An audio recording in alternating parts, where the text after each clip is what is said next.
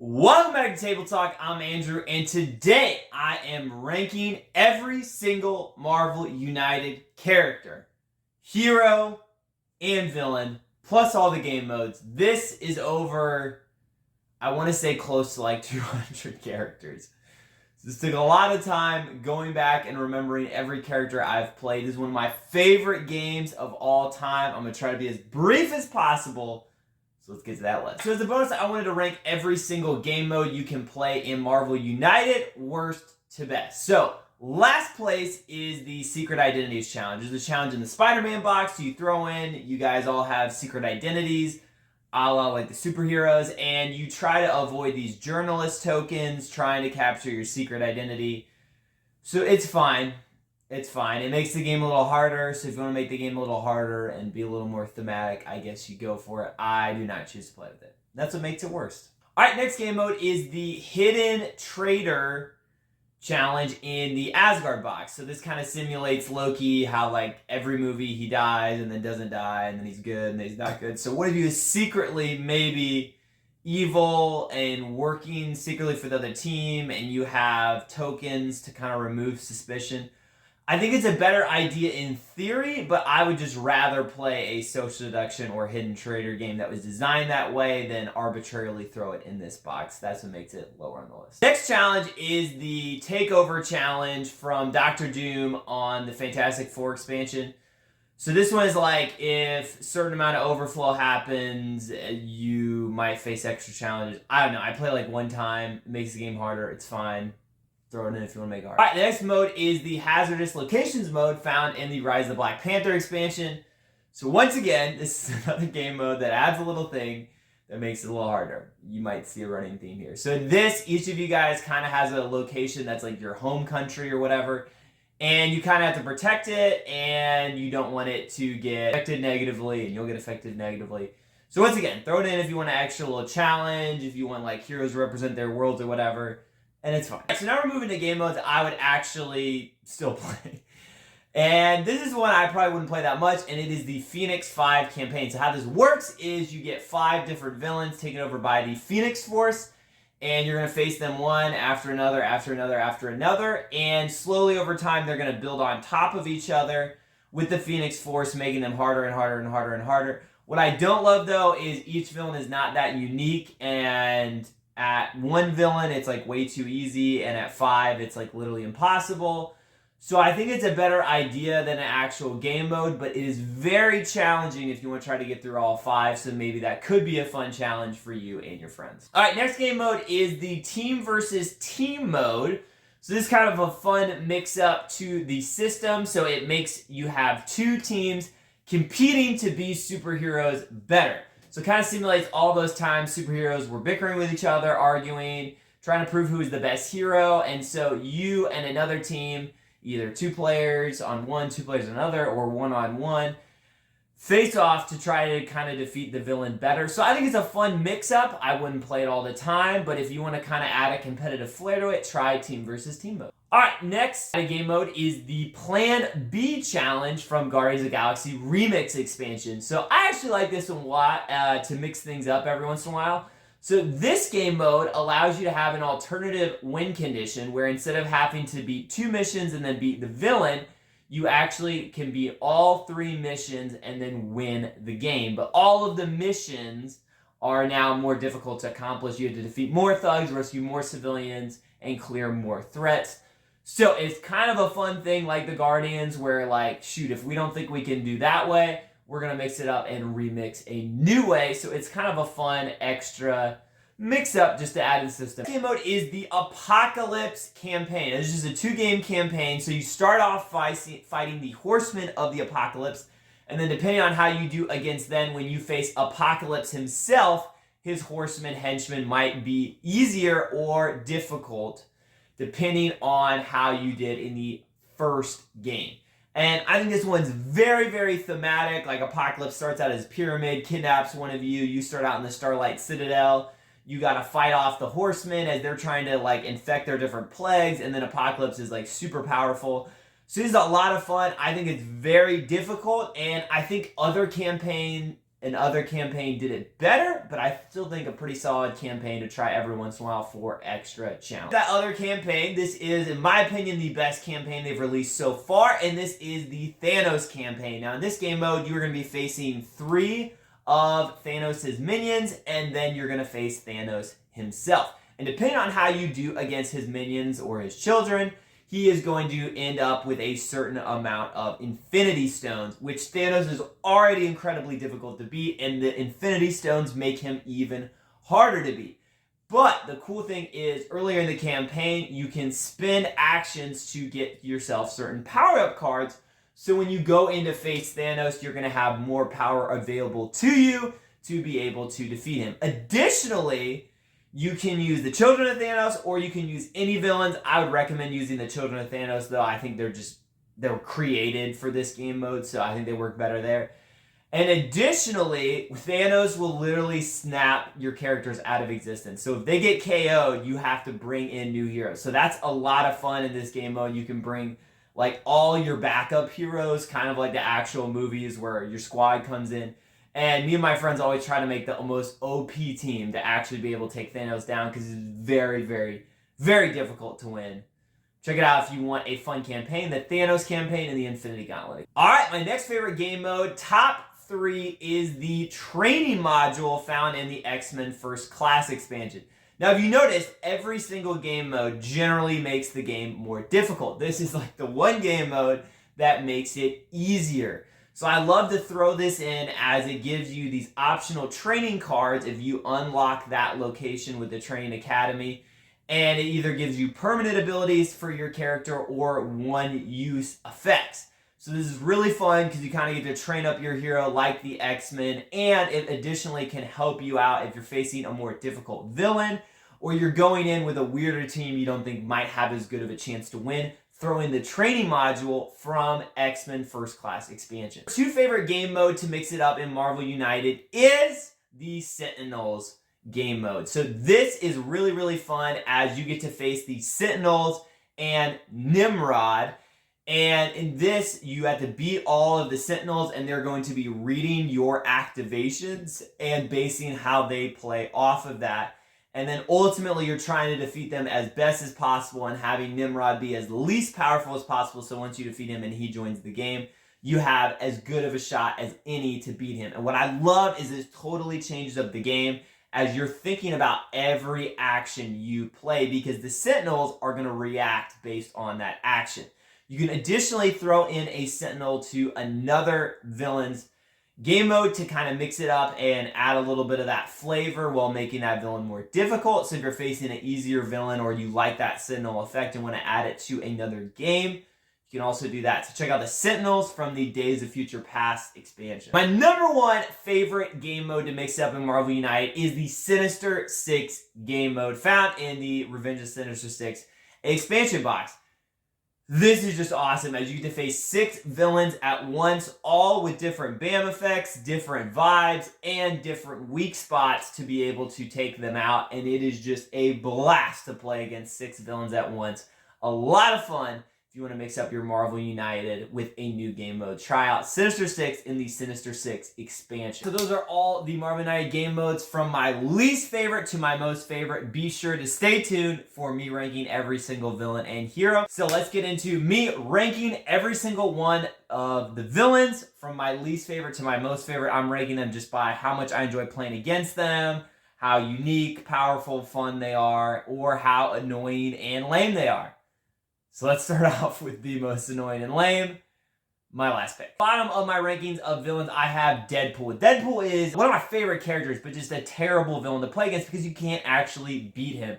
So instead of going through missions and then knocking out the villain, at Deadpool, you are just trying to end the game with the most amount of points, knowing you can't actually defeat him. And I get it, Deadpool is invincible, but I hate that they made a game mode where you can't actually win, and I hate games where it's like rank yourself and you get like put in a ranking. No, I want to know if I won or if I lost. Additionally, they try to add some fourth wall breaking meta humor that just doesn't work for board games. So that's what makes Deadpool my least favorite villain. Woodward himself, Ebony Maw. So Ebony Maw is one of the children of Thanos, like the wizard dude from Endgame. And he's just a lame character because all of the Children of Thanos were originally designed to work in a campaign with Thanos in the Infinity Gauntlet expansion, but as their own villain, just playing them as a one-off villain, they're all pretty one-note, and that includes Ebony Maw. And he's also just annoying because he's going to try to mess with what you're doing and mess up your card play. You might play randomly or lose action symbols, and I just don't like that. It's just annoying, one-note. That's why he's second last. My next villain is Rhino. And Rhino, as bad as he is at the end of Amazing Spider-Man 2, he's even worse in Marvel United because he just tries to run around and hit you. And it's just kind of lame. And he's not fun. And he can honestly probably knock you out in the first round accidentally. And it's just annoying and difficult. So I don't like playing him. It's Juggernaut, very similar to Rhino. He's running around trying to hit you, knock you out. Except he has a little more variety. Like he has like his avatar of Siratak or whatever, like his helmet that you can kind of take away to make him less powerful. And he's not as basic as Rhino. So a little bit better, but still just running around in circles trying to hit you. This villain is Corvus Glaive. Once again, another Children of Thanos. His whole thing is he's trying to hit you, knock you out. Hit, and it's just kind of one note, simple, basic, so it's fine. This villain is Dark Phoenix. Now, I thought she was gonna be dope because she has super cool minis, great story arc, not that great of a movie, great in the cartoon though. And the problem with Dark Phoenix is they tried to make her really, really difficult, which I'm not opposed to. You'll see some of the most difficult villains are at the top of my rankings, but it's like annoyingly difficult that she's constantly just punching you down, and it just doesn't seem like a lot of fun, so that's what makes her one of the worst villains, in my opinion, in my ranking. This villain is Avalanche. Now, this is where we're starting to go into, like, they're fine, like, maybe I would play them. I just don't think he deserves to be, like, a main villain, and he's, causing disruptions like an Avalanche, and he's just more annoying than anything, not very interesting. So Proxima Midnight, so once again, she's a Children of Thanos, pretty one-note, so her whole thing is just slaughtering civilians. Abstract way. So she's trying to go up her slaughter track, and you're just trying to rescue civilians. I also don't love that it forces you into that strategy. So because of that, that's why she's lower here on the list. And I was shocked that he was this low in my rankings because I love the character. I love him in the movies. And the problem is when me and my friends finish playing him, every time we've just been like, that's it. He's just underwhelming. So that's why he's low on the list. Carnage, so very similar to Venom. He's an alien symbiote Spider-Man, and he's got his little symbiote clones, and he's going to be trying to go up his symbiote track. And once again, he's just more annoying than anything. I hate his symbiote clones, so it makes him a little more frustrating to play. Sebastian Shaw, and he's a ton of fun with his henchmen. I like villains with like a bunch of henchmen. He's got his whole Hellfire Club, but he's just really hard and difficult and annoying to beat because it's like really hard to punch, very resistant to damage, will give it back, and so just overall it made it a more annoying experience than a difficult experience. My next villain is Namor, and Namor was just fine. Similar to Venom, but a little better. I just remember playing him and we were like, it's fine. He's like trying to overthrow the overworld, he's in the ocean and stuff, and he was like throwing tidal waves, and it ended up just being a fine game experience, so that's why he's a little underwhelming. The Phoenix 5. So you play any of the Phoenix 5 on their own, it's just going to be one villain with two of the others stacked underneath it, and I think because of the way the campaign's set up, where you face villain, villain, villain, and they stack on top of each other, they had to make them pretty basic. So because of that, I don't think the Phoenix 5 villain itself, any of them are very unique. Black Dwarf, my favorite of the Children of Thanos. Once again, I think they work best just in that Thanos campaign, and he is just a brute force. He's just going to hit you. He has got like a chain hammer you to take out, and I like that you can kind of take out threats of his that makes him a little weaker, and so he's a little more fun to play against than some of the other Children of Thanos. That's why he's a little higher than them, but still low on my ranking. Next villain is Taskmaster. Now, this guy is in the Black Widow movie. He's like a super athlete. And so he's not much of a threat. He's just annoying more than anything else because he's going to lay out traps, and he's just going to make everything harder to do. And once you actually get to him, he's really easy to hit, but until then, it's just more annoying than anything, so that's why he's low. Electro. Now, Electro is going to be able to attack you from long range with his lightning. He's going to be trying to cause blackout, but once again, kind of falls into that annoying archetype. So that's why he's here. Loki. I was really excited to play Loki. Love him in the movies, TV series. And he is kind of fun in that he's tricky. He'll kind of like get you if you're by yourself or together. He's got his frost giants. He's master of illusion. But every time I've played him, me and my friends just think he's too easy. And I don't know if it's just the times we've played him but to a point where it makes it not as enjoyable. All right, my next villain, we kind of get into a tier of like, these are decent. I wouldn't pick them, but like, I'll play them. And this is Sabretooth. Now, Sabretooth, his whole mechanic is he's going to try to hunt you down, right? And so you're going to pass around this hunted token until he's going to try to knock out every single person in your party. So, I mean, it's a fun mechanic. You know, he's trying to hunt you, hit you down. I like other hunted mechanics better, though, so that's why he's lower than them on the list. Ronan from Guardians of the Galaxy, and his whole thing is he's trying to hit you with that hammer, right? Boy's just, like, whacking away. And so, he's simple. He's decently fun, but once again, nothing gonna blow your mind. Omega Red. Omega Red, once again, very simple villain to play, so good starter villain. Him and like Sauron and other characters like that are just very simple, so they're easier to fight against. And, you know, he's got like his tentacles, he's got his venomous spores, so he's got a little variety, but once again, pretty basic. This villain is Sauron. Like I mentioned, very basic villain. I think this is one of the best intro villains in that he's just very simple. He has a little bit of a hypnosis mechanic, which is cool, and he's a giant, like, sentient pterodactyl. So that's different, but besides that, he doesn't have anything else to stand out, so that's what makes him in this mid-tier. Lady Deathstrike, and once again, like Sabretooth, she uses that hunting mechanic, but she's just trying to hunt one of you, so I really like that because you're just doing everything at all costs to protect that one member of your party, and I think it makes it a better experience than playing Sabretooth, so that's why she's a little higher on my ranking. Brood Queen, I think she has a really cool thematic mechanic in that she's trying to send out her, like, insect aliens. They're trying to overwhelm the board with threats, and you'll keep hitting the insects, and they'll keep coming back. But it can also be a little bit annoying, so it's thematic and cool, but also a little annoying. Onslaught. Now, he's like the combination of Magneto and Professor X, so he's supposed to be this big bad, but he was a little underwhelming to me and my friends. Nothing terrible. He's got a little bit of illusionary stuff he can do, and he's not the worst villain, but not the best. All right, and this next villain kind of brings it to a tier of decent. All right, these are decent villains. And this is Bob. Bob, I love because he has such a weird mechanic. Instead of henchmen, he has all of these villains he's working through as his threats, and he's just trying to move up his retirement track. So it's funny, because your whole goal is to stop Bob from being able to retire.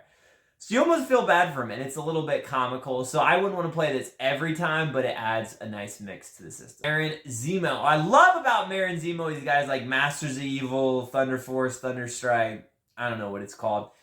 All of his supervillain teammates, and you have to take all of them down. Now, there is a card that kind of makes them more difficult to take out, so it can be annoying if that starts out like further away. And additionally, he can cover up some of your action spaces, so that makes him not as fun. But overall, I really like that you're trying to face off against this almost supervillain team in a way, and so that makes it more fun for me than annoying. Ultron's very simple. He's in the core box of the original, and he is just trying to overwhelm the board with his Ultron clone. So that can be a lot of fun, just trying to constantly clear the board of thugs and civilians as he's overwhelming them. He also has clones of himself you can take out. So it makes it a fun, neat, thematic villain. My next villain in the ranking is Killmonger. And once again, like Ultron, he has a very simple yet thematic mechanic in that he is trying to overthrow the different locations. So he's going to be trying to add thugs and civilians, overwhelm them, and make them overthrown like he's trying to overthrow Wakanda. So it is a fun villain to play against and try to counteract those revolts. Bullseye. And I think Bullseye is a super unique villain in Marvel United in that he is a range type. He's going to do his damage from range, which stands him apart from other villains. And additionally, he's not the strongest, he's not the most difficult, but he is hard to hit. He has these hideouts he'll hide in, so it makes him harder to damage, but once you do, he's pretty easy to beat. So a unique, decent villain. So after Bullseye, we get into the more of a good tier. And this follows with Strife. Now, Strife is a pretty challenging villain. He's trying to enforce like his virus or whatever. And what's fun about him too is he makes his thugs very, very difficult to beat. So facing him feels like a challenge, but when you win, it feels like an accomplishment. Callisto, and just like Bullseye, she is one of those villains that is not overly difficult or strong, but is really hard to hit, as she's going to be going in and out of the tunnels and sewers with her sewer crew, just like the cartoon series. So it makes her a fun, unique villain to play. Next villain is Shadow King, and what's unique about him is he is not particularly strong, but he's all about the mental illusions. So he's going to cause you to hit each other, create illusions, and just very tricky villain, which I tend to find fun. Red Skull. Now he is the intro villain you're always going to play in the original core box. So that might, for some people, make him further down the list. But I think he offers a great variety because he's got henchmen, he's got normal threats, and he's going to have a variety of what he's doing. He's going to hurt you, he's going to be adding stuff, he's going to be trying to move up a track. So it makes him a great villain to play and a great villain to introduce people to. Next villain is the intro villain for the X-Men core box, and that is Magneto. Very similar to Red Skull. I think he shows a good variety. He's got his Brotherhood of Evil Mutants that he's leading with his henchmen, and he's got this fun mission of he's trying to like get all of the mutants on his side. So you have an alternative mission as heroes to use Cerebro to try to find those mutants. So it makes him a very unique and engaging and great intro villain. Alright, so with this villain, I think we're kind of going into the almost great territory, and that is Morrow. And Morrow is a lot of fun to play because she's very difficult to finally kill off. She's got bone armor that you got to take out, and she also has cards that make her have a dual heart. So she can actually come back after you thought you almost killed her, which makes her a very fun and engaging character to play. This villain is Mystique, the last of the core box villains to appear, and I just love her mechanic that she is trying to hunt down and kill Senator Kelly, and you are running around the map, you and your friends tossing between you, just trying to protect this guy at all costs, leading to a very fun set of games. Next villain is very inspired from the movies, and that is Vulture. Now, Vulture is super lame villain in the comics, but just like the movies, they make him all about trying to get his spoils and his stuff. So he's gonna be running around the board trying to get his things. You are trying to stop him. Doesn't sound the most fun, but it is a very fun game. Next villain in my ranking is the best of the hunting villains, I think, and that is Kraven. He's going to be setting traps, and he is living up to his name of the hunter, just trying to hunt all of you down, and I think the most fun version of the hunting mechanic. Deathbird. She, like Killmonger, is trying to lead revolts. So what I love about this is you're constantly worrying about the mixture of thugs and civilians, even thinking about adding some sometimes or leaving them. And it just leads to very interesting decision making, making her one of my favorite villains. Next up is Green Goblin. Now, this guy is such a difficult villain. I don't know if I've ever beat him, and I feel like I beat probably most villains. But he's so difficult because he's going to be placing out threats as the game goes on. And at first, it's going to seem pretty easy, and then all of a sudden, it's going to seem like it is inevitable that he will win, leading to some very fun but difficult. My next villain is Silver Samurai. Silver Samurai is all about dueling, so he is a lot of fun to play. He's going to be constantly fighting, dueling, so you're going to need bring a lot of attack if you're going to face him, but still a lot of fun to play. The villain is Mastermind. Now, he's not as difficult or tough as much as he is tricky. He's going to be giving illusionary versions of things, and you're going to be trying to guess numbers in his deck, leading to a fun but very tricky villain. My next villain is Emma Frost, the Ice Queen herself. She's a lot of fun because she's going to be using illusionary versions of people. She has her diamond organic form. So she leads to some interesting variety and a really fun villain. My next villain is Mysterio. Once again, a pretty tricky villain. I love the tricky villains because I just think they're interesting to play against. As Mysterio is going to be having all of his threats upside down and creating illusions. You're going to need to break the illusions to actually be able to defeat him, but it might secretly be drones, a la Spider-Man movie. So a very fun, tricky villain to play. Next up is Hela, and she is, once again, a tough villain to beat. She's going to start banished. She's going to have her massive freaking wolf from the movie. You're going to need to take the wolf out, her out, and it is going to be difficult to do so. My next villain leads to the really great villain category, and that is Mr. Sinister. He's going to be trying to extract your superhero DNA. You guys are going to be running from him. Try not to get entangled and get your DNA stolen. A very fun villain to play. Spiral is next, and she is such a unique villainess. She's going to be trying to fill out a spell track, and you're going to need to complete different objectives along the mission path as opposed to the typical 3 missions. So she's very tricky. She's going to be throwing out these magic cards and be matching magic symbols, and you're just trying to be stopping her in time for her spell to break. So a very fun villain and very unique to play against. All right, with 15 Dormammu, I get in my top 15, and Dormammu is excellent. And just like the movies, in that you can't actually beat him, you just can delay him. So in this game, you are going to be just delay, trying to last out the game without him filling up his ritual, as opposed to most games where you're trying to go as fast as possible through the challenge. Next villain is Kingpin. Kingpin's a lot of fun because he's very thematic in that he has all these plan tokens and he has a lot of influence in the city. So because of his connections and blackmail, thugs and civilians are going to be more difficult for you. And additionally, he's got Bullseye in his back pocket shooting at you from range. So fun and thematic, my 14 Kingpin. My 13 villain is Mojo. What I love about Mojo is his whole mission is just to improve his TV ratings. So you as superheroes are trapped in his TV world and you're trying to keep his ratings down. Meanwhile, he has given hostages out for you to try to accomplish getting them, and you're going to flip the tokens over. They might have different bonuses. So that's a lot of fun. And additionally, he has this Major Domo henchman who you're going to want to take out, but some of his cards impact you depending if you've taken them out or not, leading to a lot of interesting strategy with Mojo. My number 12 is Doc Ock himself, Dr. Octopus. Dr. Octopus is a lot of fun because he actually takes out locations, which means the board is changing and shrinking, leading to a very unique game to play against him. Number 11 is the Super Scroll. Super Scroll is super unique because just like the comics, he's going to be able to take from your power. So depending on the actions you do, he is going to react and gain power based off of that. So that makes him a very fun matchup to play against. All right, into the top 10. My number 10 is Apocalypse. Once again, one of the most difficult villains to play, which makes sense. You're really facing the Apocalypse. He has his Horsemen of the Apocalypse, who are also tough to take down. And additionally, the game starts off thematic right off the bat as he takes one of your heroes to his pyramid. You're in the Starlight Citadel, literally trying to hold back Apocalypse itself. A very fun and challenging villain to play. My number 9 is Thanos. And Thanos, as you would imagine, super difficult to play against.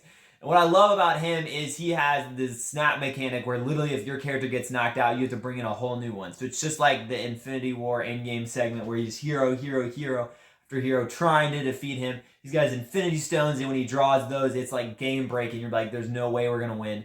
And then he has his henchmen, his Children of Thanos, his Chitauri thugs, very powerful cards. He's healing himself up. He's trying to wipe out half the universe, and you're just trying to hang on and beat him, which me and my friends barely did. It was on easy mode. We brought the most overpowered superhero team, but we managed to defeat Thanos himself.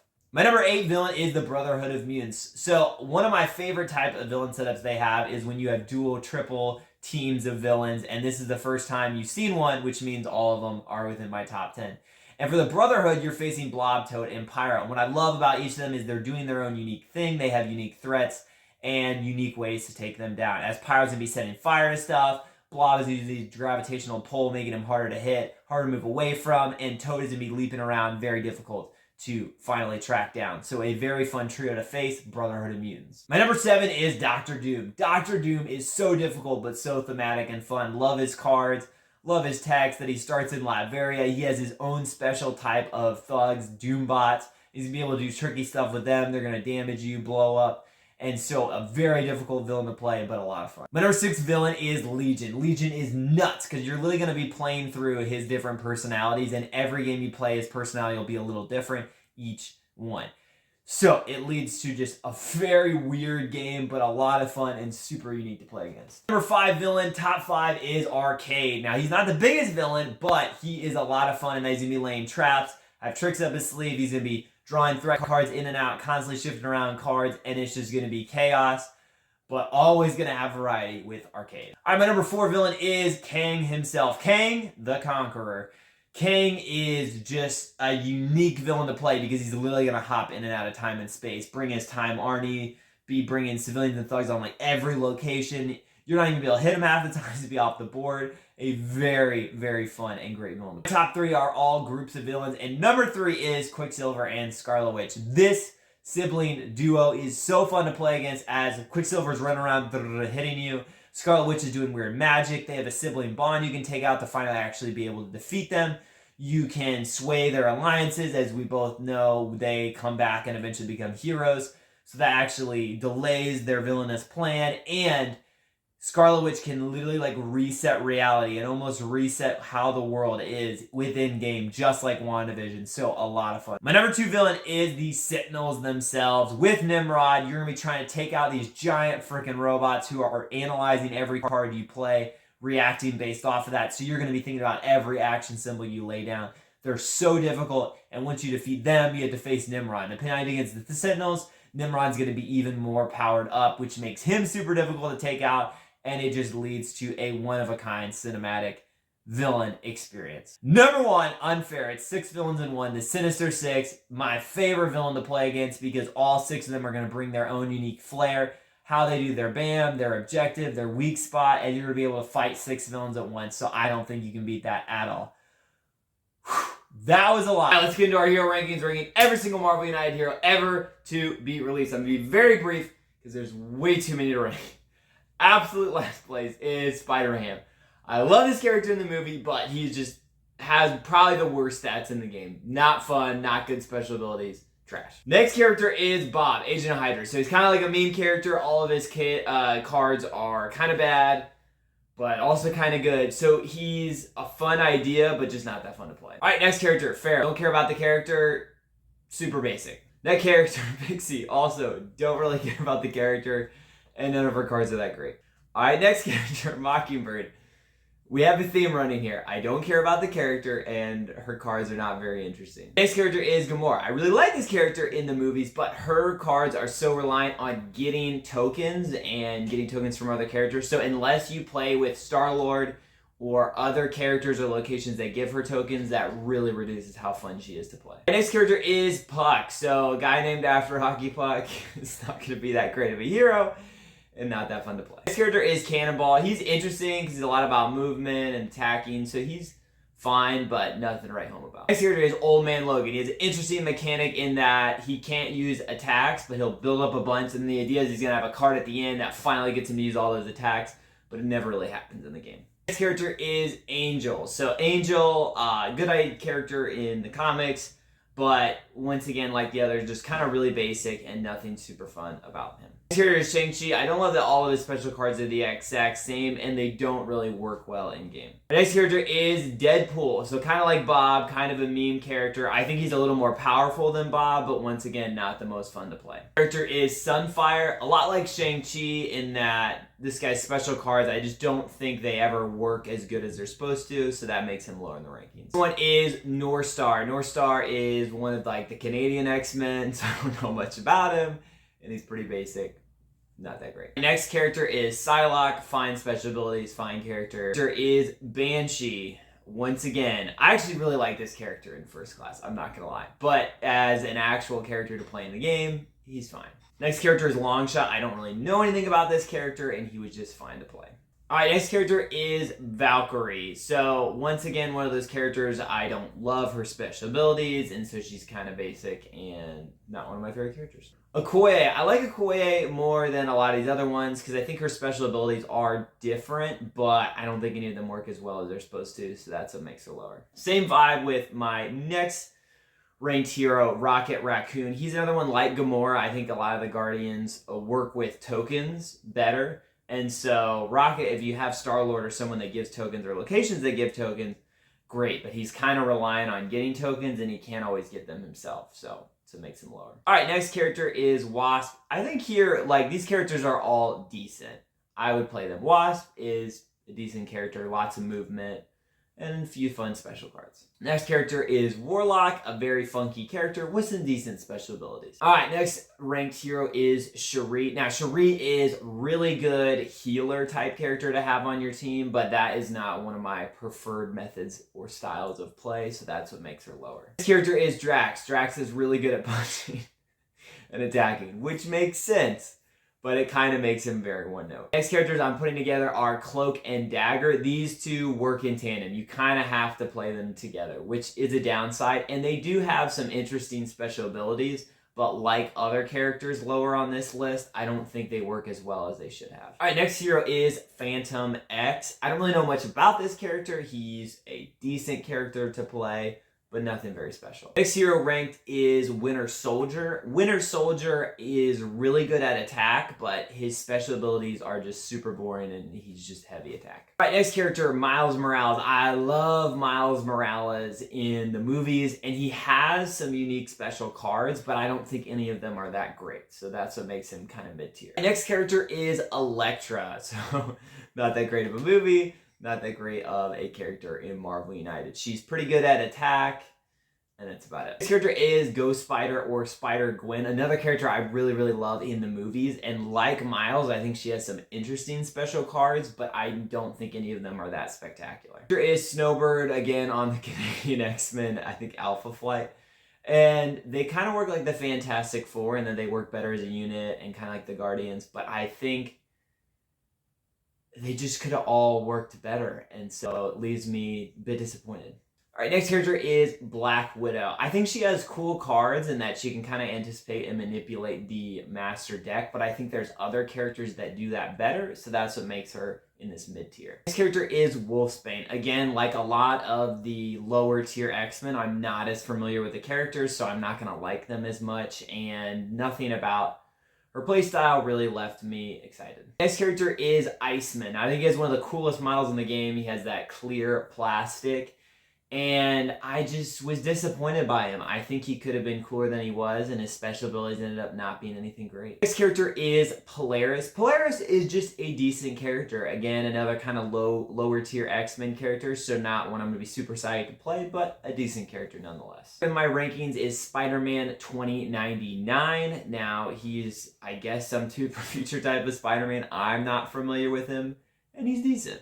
Next here in the ranking is another one of those meme characters, and so I don't know if it's like my favorite type of character to play, but he's actually pretty decent, and this is Dupe. He works a lot with helping other characters, so if that's more your play style, more support, go for it. Here is the first Fantastic Four hero in my ranking. This is Invisible Woman, or Mrs. Fantastic, and she works well with the other Fantastic Four members.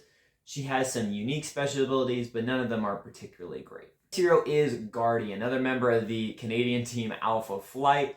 He is pretty decent, but nothing memorable. This character is Luke Cage. Now, Luke Cage is good at resisting damage and good at punching, so if you want that playstyle, he's decent. Next character is Iceman First Class. Iceman First Class is a very funky character.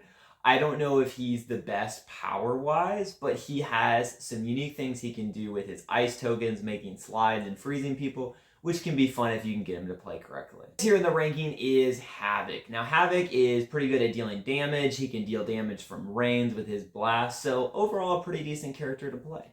All right, next here in the ranking is Morrow. Now, Morrow is a character I'm not as familiar with, but actually ended up being pretty decent, pretty resistant, and pretty good at damaging. Hero is Bishop, the classic X-Men. He's really good at shooting from range and also has a bit of damage resistance that makes him a pretty great hero to play. Next hero is Paul Rudd himself in my rankings. Ant-Man. Ant-Man is just a solid all-around hero that's pretty good at heroics and has a few pretty good special cards. In my list is very unique, and that is Groot. All of his cards have a special text, I am Groot, and only one symbol, but that special text allows him to do a lot of unique actions, making him a pretty fun but different hero to play. Next hero is Venom. Now, Venom is just an all-around solidly decent hero who has a lot of action symbols, not the greatest teammate, but overall a pretty decent hero to play. Next up is Cyclops First Class. That early leadership is showing. He also has the ability with his plasma blast to shoot from range,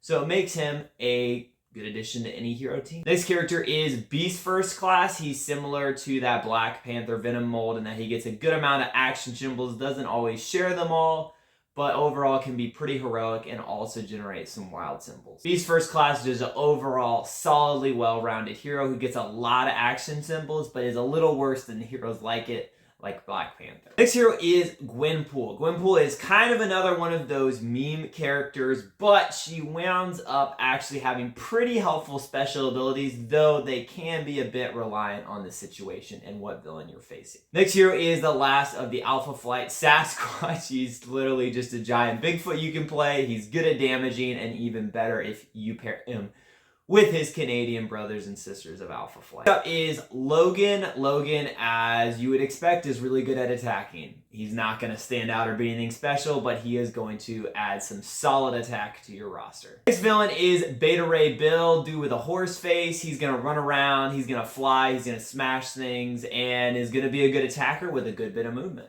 Next hero is Marvel Girl. Marvel Girl is very unique in that she's allowed to do actions from range. She has a good bit of heroics, so it makes her a solid, well-rounded addition. Next hero isn't really much of a hero, more of a villain, and that is Apocalypse. Apocalypse is just the worst teammate, but he's also super powerful, which makes him fun to play. This hero is Captain Marvel. Captain Marvel is a very powerful hero to play. She has a lot of attacks from range, is not going to be anything too unique, but is going to be a great team member of any team you put together. Next hero is Korg. Just like the movie, he is going to hit, and he is going to hit hard. He is not as one known as some attack-heavy characters like Drax. making him a more well-rounded hero to play. Next up is Boom Boom. Now, Boom Boom is a lot of fun and, well, you got an interesting name there. And also, she has like these time bomb tokens that she can use for explosions, which make her a pretty fun and different character to play. Next hero is America Chavez. Now, I wasn't the biggest fan of her or the movie she was in the newest Doctor Strange movie, but she is a pretty fun character to play. She has her star portals and a good bit of movement, making her a worthy addition to any hero team. Next up in my rankings is Iron Fist. Now, unlike the Netflix movie, he shines a little more here. He is going to bring some attack. He is going to channel his chi and really bring a beating to whatever villain you're playing. Next hero in my rankings is Domino. Now, Domino is interesting in that her luck, ability, and manipulation allows her to add a unique wrinkle to any team and allows her to have a bit manipulation over the master plan deck and against the villain and henchman. Next up is a personal favorite of mine, and that is Moon Knight. I just love this character. I love the look. He has a bit of armor with his suit. He gets a bit of extra symbols, and is just overall a well-rounded and pretty unique hero to play. Next hero is Jubilee. Now, maybe it's just me. I found her super annoying in the animated series, but she adds some sparkle literally to any hero team you put her in, as she has her sparkle kind of blast things, so she'll add a bit of a punch, but overall will just fit in well with any hero team you put together. Next hero is Shatterstar. Now, Shatterstar is interesting in that at times he will allow himself to take more damage, but then other times he will heal himself back up, making his special ability cards work really well in tandem with one another and making him a pretty great hero to play. This hero is Namor, the King of the Seas himself. He is a powerful hitter, and he is allowed to do some actions in different locations and manipulate the board state in a fun and unique way. Next hero is Spiral. Spiral is very, very unique hero in terms of compared to the other heroes with her special abilities. She is, if I remember correctly, she's going to have a lot of movement, moving around. She is going to be able to do tricky things and is really great to bring into any game you might have with a hunted mechanic villain. Next hero is Legion. Legion is literally nuts to play. He is such a weird hero. All of his cards have to do with his different personality types, so he is very funky to play. He's not always going to work the best, but it is going to be a unique experience playing him as a hero. Next hero is Nova. Nova is one of the best heroic heroes to play, so if you need to rescue a lot of civilians or clear a lot of threats, Nova is going to be your person. Nova does not have the most unique hero deck, but is going to help any team he's on. Next up is Dazzler. Now, Dazzler is a very interesting hero, and then I think she uses like sound waves and is a rock star. So she's going to have some interesting attack abilities and just going to be an interesting hero to play and a pretty fun addition. Next hero is Mystique. I really like Mystique because she has great card art and she's kind of been able to use her shape-shifting ability to mess with villains and henchmen in a unique and interesting way. Next hero is Nebula. Nebula is once again going to lean attack, as would make sense for her character, but she has some fun special cards making her a pretty great hero to play. Next hero is Kitty Pryde. Kitty Pryde is one of the most unique heroes in the game in that she has Lockheed, her little purple dragon, that is also going to move around the board, and she's going to be able to do a lot of manipulation, phasing in and out of stuff, making her at times hard to hit for the villain, and also unique in that she can do actions in other places with Lockheed. Cable is my next hero. Cable, I think, is a very powerful hero to add to any team. He is going to do some manipulation, some healing, and just be a powerful character to any team. Next hero is Howard the Duck. Howard the Duck, once again, is one of those I term meme characters. He has awful cards, except for his special ability cards, which are some of the most OP in the game. So he's a great addition if you're facing Thanos and you want to bring him in at the end of the game, or if you have a really powerful team and you need those one or two cards that Howard's going to bring to really bring the game home. He's an interesting addition to any team. Next hero is Black Panther. Black Panther I really love because I think he's just one of the most well-rounded but strong characters in the game. He gets a lot of action symbols, a lot of variety, which makes him a really good hero to play. Next hero is Iron Man. Iron Man is also, like Black Panther, very well rounded. He's able to give some resources. He's able to heal up. So he's a great hero to play for virtually anyone. Next hero is Forge. Now what I like about Forge is that he has these kind of spirit sight cards which allow him to go different places on the map. He's really great at clearing threats and very heroic. So if you have a threat heavy villain, probably should bring Forge. Next up in my rankings is Captain America. Captain America is once again one of those well-rounded characters, but is also one of the best at heroics and also giving tokens to his teammate. So a really fun leader support type to play. All right, Archangel is next. Archangel, which would make sense, he's got wings, is great at movement, but is also able to have some fun attacks with his techno-organic feathers. Next hero is Jean Grey, and just like the earlier version of herself, she's really great at being able to do actions in other locations. She's pretty heroic and overall a well-rounded hero. Next up in my rankings is Rogue. Now what I really like about Rogue is she has cards that, just like her actual powers, enable her to take the powers, or in this case special cards or symbols from other characters. So it's a really fun mechanic to play. It may not always work out the best, but she is fun to play nonetheless. Next hero is Strong Guy, and as would make sense, a very strong character to play. I also love his mechanic as he beefs himself up, but if he goes too hard, it's actually going to mess him up just like the actual character. So it makes him a kind of a fun pusher luck style character to play. Next hero is Miss Marvel. Miss Marvel, I think, is once again one of those very well-rounded characters. She is able to use her limbs to do fun special abilities. So a worthy hero to play. Next hero up in my rankings is Jessica Jones. Now, I wasn't very familiar with her till the Netflix series, but she's actually a pretty solid hero to play with a bit of manipulation, and she's just fun with her special abilities. Next hero is She-Hulk, and kind of like Strong Guy, she is able to build up her punches over time and become really powerful, I think making her a fun hero to play.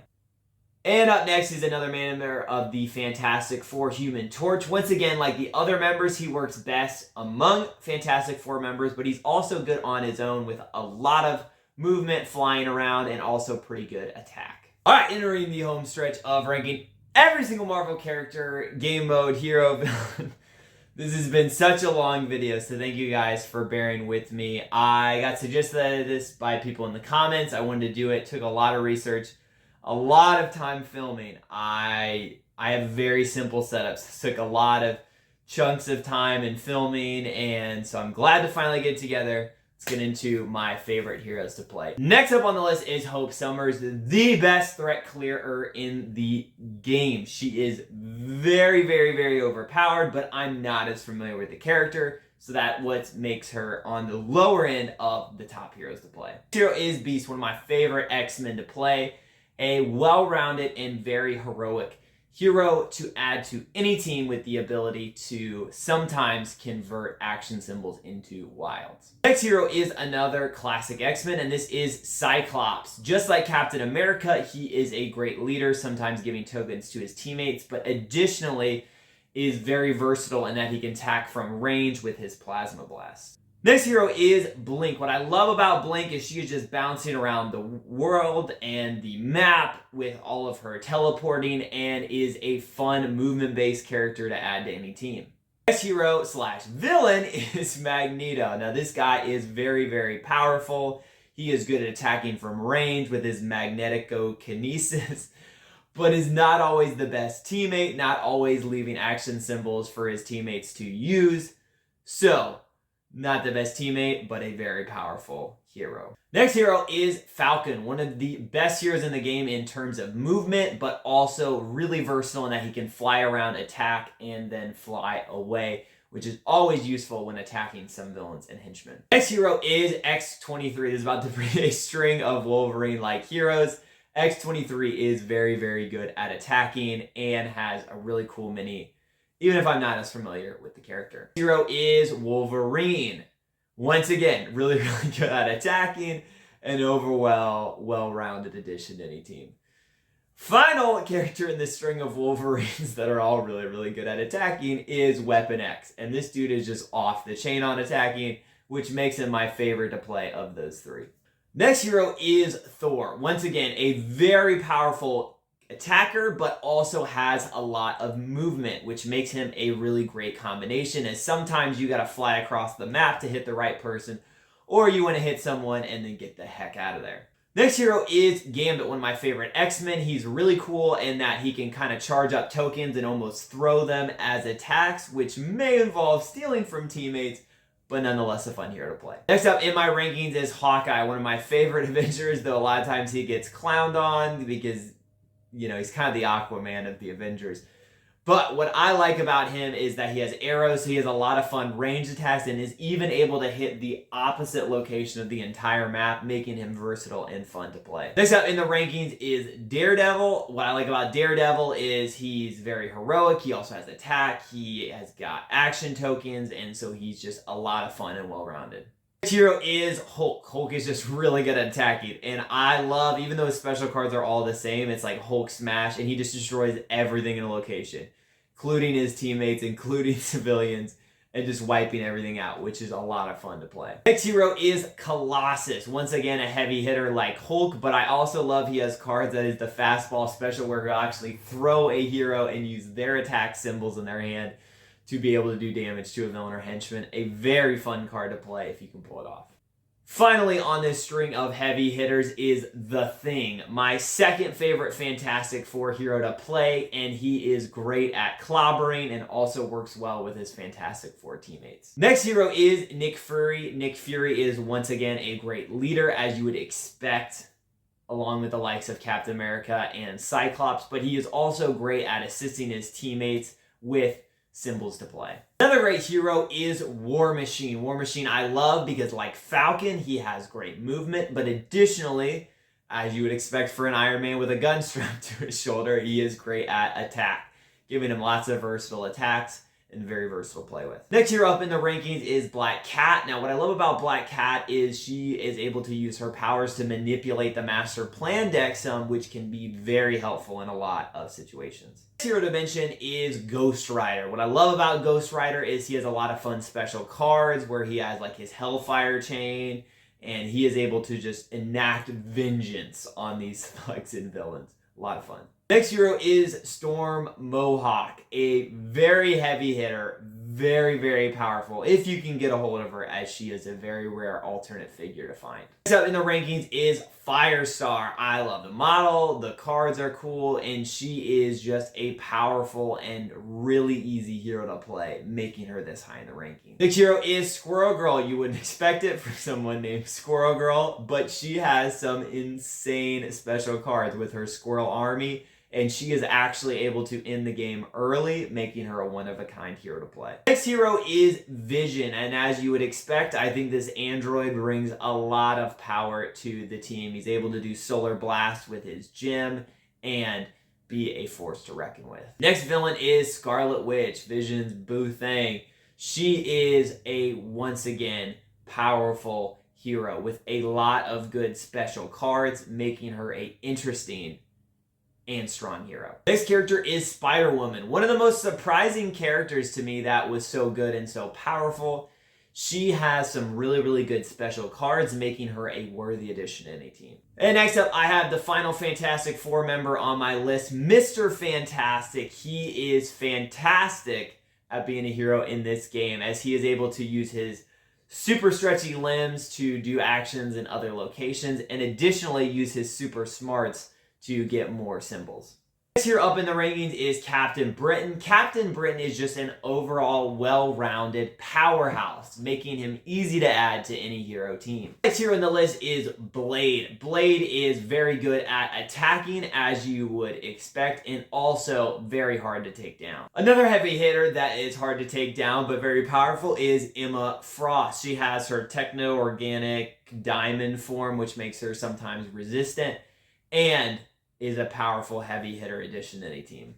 Next hero is Mirage. Now, what I love about Mirage, even though I don't know her character that well, she has a lot of fun special abilities because she's got like flame arrows and like a ghost bear, making her a lot of fun to play. Next character is Magic. She has that super powerful sword, and that makes her a powerhouse addition to any hero team you put together in Marvel United. My next hero might have the best movement in the game, and this is Quicksilver. He is able to just run around the map and give plenty of movement symbols to any other hero on his team. My next hero in the rankings is one of those characters with very, very powerful special cards, and this is Punisher. Like Howard the Duck, he is a great addition to any team, as his special cards could change the fate of the game. Next hero up is Star-Lord. Now, why I have Star-Lord so high in the rankings is he is great at giving out tokens, which helps almost any other character in the game, but especially the other Guardians of the Galaxy team members, especially Rocket and Gamora. I would always recommend playing them with Star-Lord. Next up, as expected to be among the favorites, is Spider-Man. Now, what I love about Spider-Man is he gets a lot of extra tokens from being heroic and rescuing civilians, being heroic and taking down thugs, and this all leads into a card about great responsibility where he is able to use those tokens very effectively. Just outside the top 10, which was a surprise for me, is Sunspot. But Sunspot has a lot of powerful special cards that makes up for him not being as well known of a character. Alright, rounding out my top 10 is Professor X. Again, he is one of those leader support types, and being in a wheelchair, he's not going to have the best movement, but he is a powerful addition to any team. Number 9 is Storm. Storm is, again, one of those well-rounded characters, but is going to bring a lot of power and has some fantastic special cards. Number 8 is Nightcrawler, who is unique in that every turn he has to move, and he can also sometimes move people with him, making him a movement beast and also a great support in transferring teammates to where they need to be. Number 7 is Yondu. Now, what I love about Yondu is he is able to use his whistling arrow and has a card that can almost be set up to take down a near infinite amount of thugs if you can set it up right, as his arrow just speeds around the board, taking thugs out left and right. Lady Deadpool is my number 6, and thankfully she is not as much of a meme character as Deadpool himself, but her cards give her a lot of power like Deadpool without as being as memeable. Alright, my top 5 characters may be some of the most powerful, maybe the top 5 most powerful characters in the game, which is always fun to play as. Number 5 being Silver Surfer. He has a lot of wild symbols. He is able to teleport around the map, become near invulnerable, and actually change the locations of the game, making him a game-changing hero to play. My number 4 is Phoenix. Not necessarily the best teammate, but maybe arguably the most OP character in the game, as she is going to unleash flames abundantly on her enemies. Number 3 is Doctor Doom. Arguably not a hero, but he is going to bring power in his cards. Some wild symbols, some very unique special abilities, like Apocalypse and Magneto, not the best teammate, but one of the most powerful heroes. Number 2 is Adam Warlock. Arguably, I think the most overpowered hero to play in the game. So if you are facing a particularly tough villain or the Thanos campaign, I would recommend someone bringing him just because he's so overpowered. He's got wilds, he's pretty much invincible, and he is going to be able to take down almost any threat in the game. And this all leads to my number 1 hero. But before I get to that, thank you guys so much for watching. I know I haven't posted in the past couple weeks. I've been trying to put this together, my biggest video ever. So if you want to see more videos like this or other types, I love rankings. I love getting really in-depth and ranking every single thing in a game. And I like talking about simple games, gateway games, thematic games, interactive games, social games. And I feel like sometimes, a lot of YouTubers are all about the really heavy strategy, and that's not as much me. So if you want more content talking about those types of games, be sure to check out more videos on my channel and see what's coming next. Thank you guys so much for watching. And my number 1 is Doctor Strange. A very powerful character with arguably, I think, the most special cards in the game. He's got his cape, he's got his orb, he is going to mess with the villain. And like Adam Warlock, I would recommend bringing him along when you're facing a very difficult threat. And with all that being said, thank you for watching my longest video ever. And I'll catch you guys on the flip side.